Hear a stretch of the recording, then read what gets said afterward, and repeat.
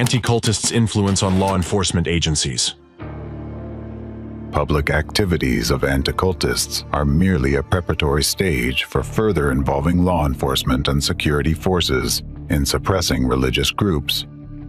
For this purpose, under the guise of educational work, members of anti-cult organizations deliver lectures and arrange consultations for law enforcement agencies, including police academies and security management, where they continue to propagate the same messages that cult members are a threat to society.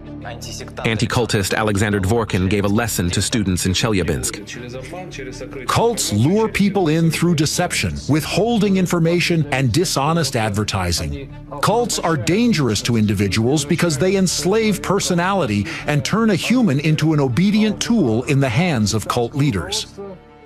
Several eyewitness stories will help illustrate the seriousness of the problem and serve as examples of what terrorist anti-cult propaganda is capable of in the modern, civilized 21st century. First-person account from Andrei in Belgorod. Requested anonymity. There were actions taken against us. For example, in the fall of 2012, we held a congress.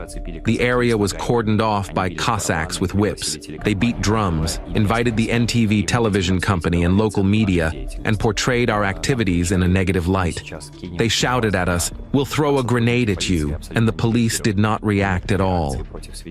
At some of the actions against Jehovah's Witnesses, they wore T-shirts that said, "I hate Jehovah's Witnesses." I was directly threatened. "Aren't you afraid you'll get hit on the head and be disabled for life?"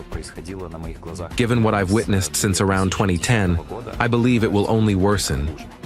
My dear ones, please, if you carry your faith, carry it with peace and kindness. We've never stabbed anyone, and we're not going to stab anyone. In 2014, an elderly fellow believer was killed in Stary Oskol.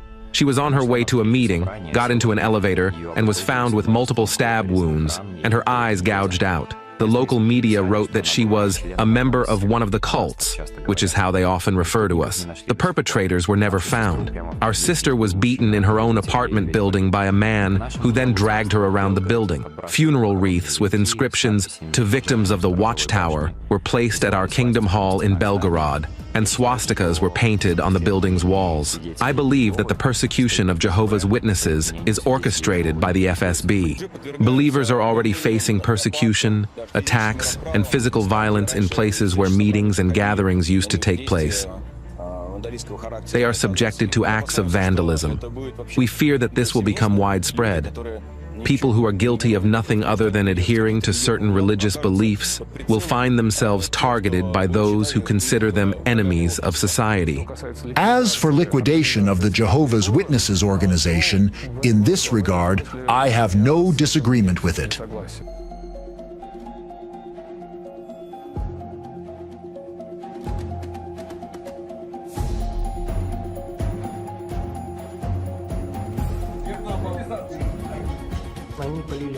They poured water on my hands and started hitting them with a taser.